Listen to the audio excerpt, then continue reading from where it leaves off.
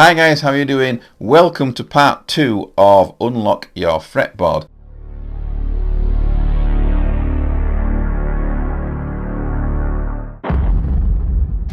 Before we go any further, if you are going to write any music and release it, please go down in the description below, check out the DistroKid link. It gets you 7% off and you can use DistroKid to distribute your music all over the place. Any money that goes into DistroKid via that link helps support my channel. Same with the Celestion IR link that you will also find in the description, and that's a cool little link for me. And again, anything you buy going through that link from the Celestion website helps support this channel. So I'm going to stop trying to sell you stuff. Let's move on and get on with today's video.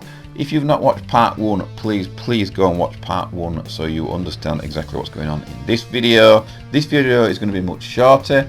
The link to part 1 is down there in the description. I'll try and put it on the screen as well up there above my finger. So let's have a quick recap on what you should have learned, or what we did learn in part 1.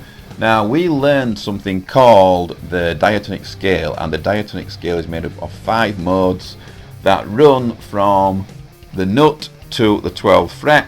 These 5 modes all interlock together and they make something called the diatonic scale. That diatonic scale you can move from the nut up to the 12th fret to the 24th.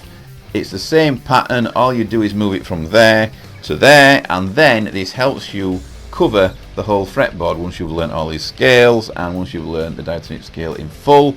And that's how lead guitarists work. That's how they find themselves around. When you see guys shredding all over the place on the internet, or making cool melodies up that sound in key, or improvising, they're using some form of the diatonic scale. So what I want to show you in this video is exactly what I've done here, and you can also do this yourselves at home. I've used the diatonic scale to create a riff. I'm using power chords, so it's nice and simple, and I've used the notes that I've already learned that are part of the diatonic scale to make up the riff, and then I can improvise over the top of that riff and stay in key by also using the notes that we've learned in the diatonic scale. Now, this is what all guitarists do. If you see a guitarist improvising anywhere or making anything up and it sounds lovely and in key, then that's because they're using some form of this method, and it's really cool to learn, and hopefully it will open your mind and blow your mind, and you'll just be like, oh my god, all these months, years, weeks I've been wondering how to play everywhere I want all over the fretboard, and suddenly I know how to do it. So it's a real cool method. It's easy, you don't need tons of theory, but this video is mainly just showing you how it's possible. Now, I recorded a riff using this guitar. The riff is nothing special, it's a pretty basic Metallica old school style chuggy metal riff with power chords. I put some drums to it. I'm using ML Sound Lab ML5 plugin that those guys sent to me. It's a really good plugin, and we'll talk more about that in another video.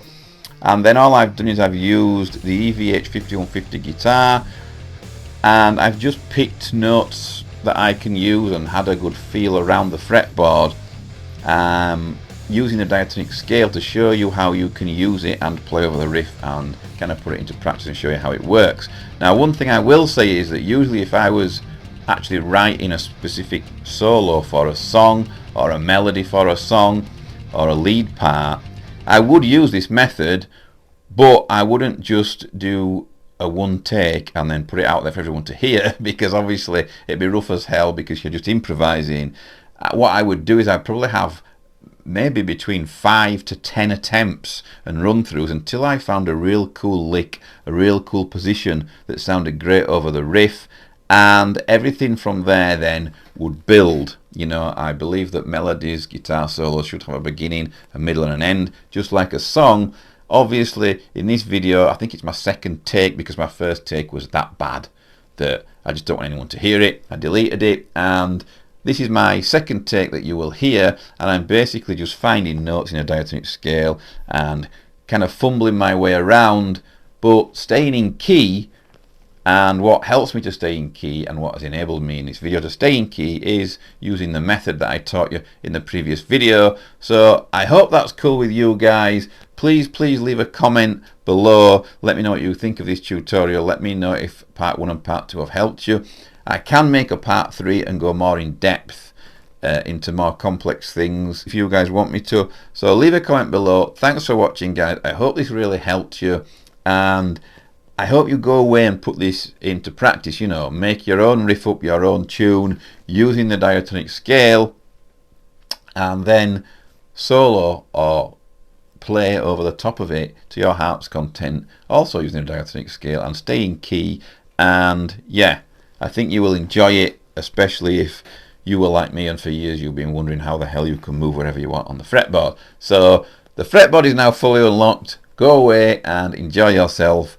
Thank you very much for watching. Please excuse this terrible guitar solo you are going to hear. It is just a second take over a riff, and I think I did it all and recorded this video, what you're watching now, in probably about an hour. It's probably the quickest video I've ever done. So thank you very much, guys. Your support is very much appreciated, and I hope that this helps you out.